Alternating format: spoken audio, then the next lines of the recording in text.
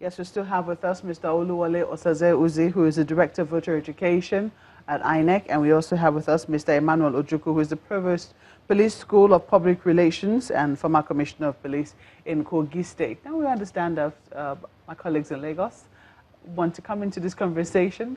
Chamberlain? Yes, indeed, Mark. I like both of them to respond to this particular question, since we heard Mr. Ojukwu say that INEC and police are working together and the relationship is getting better.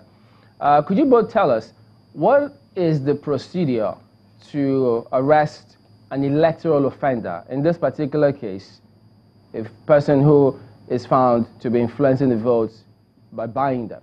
What are the procedures to arrest such a person? Okay, there are several procedures actually. One is that the presiding officer can draw the attention of the poll orderly or any policeman within the vicinity that, look, it will appear this person is committing a crime. I've seen this person do this or do that. That's one. Two, the policeman himself or herself might see the crime being committed, and then he or she can do the arrest himself with or without any directives by the polling official or the presiding officer. Three is any citizen has a right, observer, party agent, any citizen has a right to draw the attention of the it can be a police officer, can be a officer from the National Civil Defense Corps, so let's not limit it to just the police officer. He can draw attention to any security agent who has a right or power to arrest, to effect that arrest. So an ordinary citizen can, the poll official can, and the police themselves or the security agency itself can actually do an arrest. Because in fact, why I say so is that, well, to emphasize the point, the person being arrested could be a presiding officer himself, could be an official of INEC. If an official of INEC is committing a crime and is known to anybody around, they can be arrested, or the police or the security agent in that polling unit can arrest that person as well. So any of these people is free to ask for the arrest. Mr. Ojukwu, could you respond, please? Yes, he said it, put it properly. Because both the INEC officer, the police officer, and the general public, you know, this electoral process is our collective commonwealth. All of us are investing in it. We've desired and we now have democracy and want to make it grow.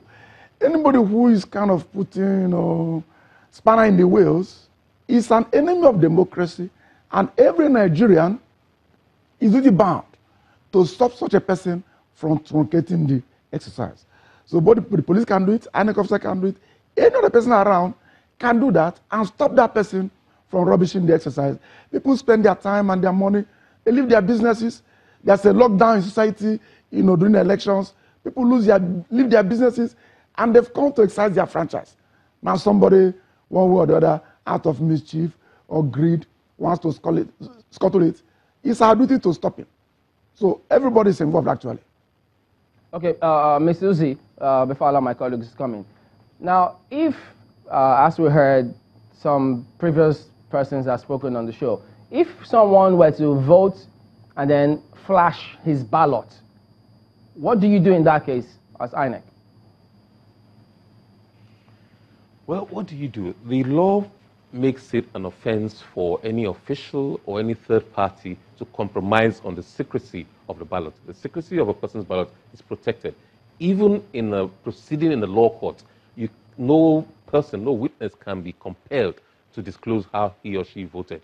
That shows the importance and the sanctity of the secrecy of the ballot. So you cannot.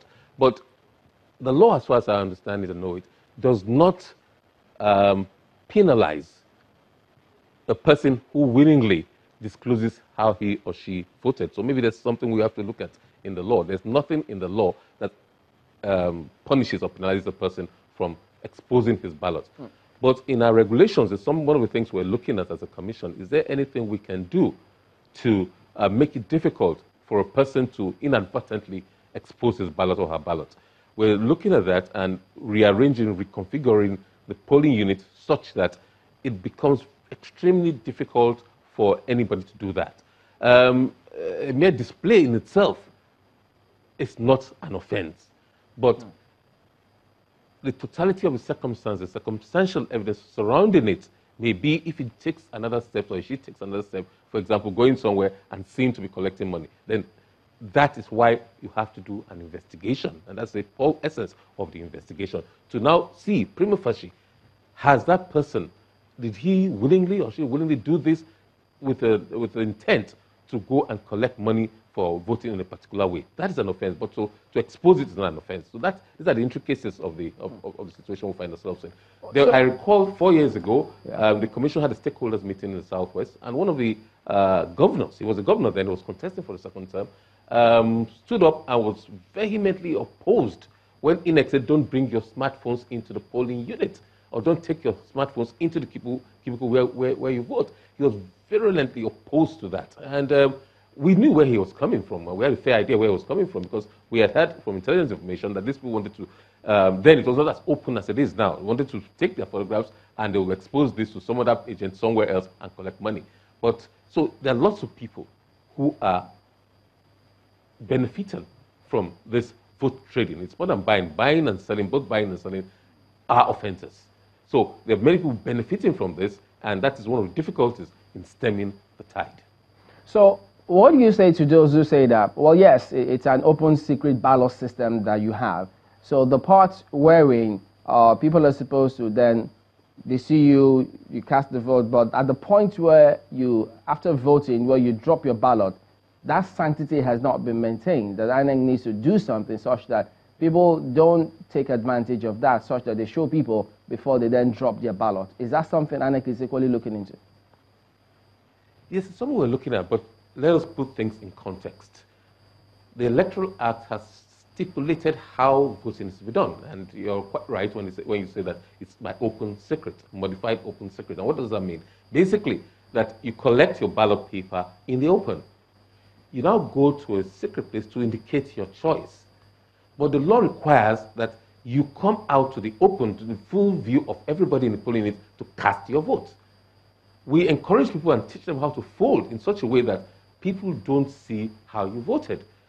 Now, what can we do about that? Unless you amend the law, we cannot go outside of that architecture laid down in the Electoral Act, that you take your vote, your ballot in open, cast it in, indicate your choice in secret, and then cast it in the open. So there isn't too much we can do, but what we can do administratively, we can see whether we can rearrange the polling unit such that you do not expose your ballot when you come to drop it in the ballot box. Okay, now this next one is something that we've talked about a lot on this program, which has got to do with the party agents during the collation period. Why is it that we always hear them say, they tell us too, that they drive the political party agents away during collation, and when collation happens overnight, the next day there are more complaints. Is it right